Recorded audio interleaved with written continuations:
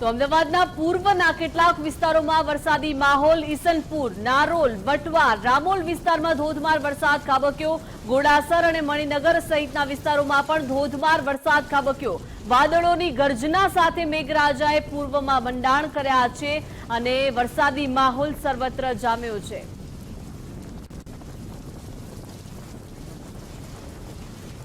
મોડી સાંજે અમદાવાદ શહેરમાં મેઘરાજાનું મંડાણ થયું છે. પૂર્વ વિસ્તારમાં ખાસ કરીને ઈશનપુર, નારોલ, વટવા સહિતના જે વિસ્તારો છે ત્યાં ભારે વરસાદ છે એ જોવા મળી રહ્યો છે. અને આ જે મણિનગર, ઈશનપુર, નારોલ, વટવા રોડ છે ત્યાં પણ પાણી ભરાવાની શરૂઆત થઈ છે. અમારા પાછળના દ્રશ્યો આપ જે જોઈ શકો છો એ દ્રશ્યોની અંદર સ્પષ્ટ થાય છે કે પાણીની તીવ્રતા અને મેઘરાજાનું મંડાણ અને જે રીતે પાણી ભરાયું છે પાણી ઉપરથી સ્પષ્ટ કહી શકાય કે જે વરસાદ વરસ્યો છે એ વરસાદની જે તીવ્રતા અને એની જે ગતિ છે ખૂબ જ વધારે છે. મેઘરાજાએ મંડાણ કર્યું છે. મોડા તો અમદાવાદમાં સાંજે ભરપૂર વરસાદ વરસ્યો છે.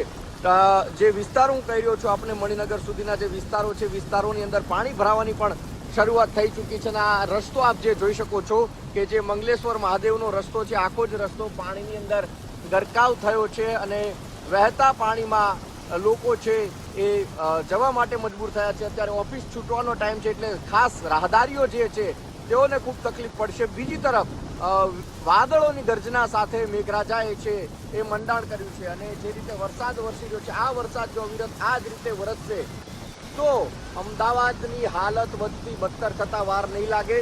અમદાવાદમાં જે પ્રી મોન્સૂન કામગીરી છે તેની પોલ ખુલતા વાર નહીં લાગે.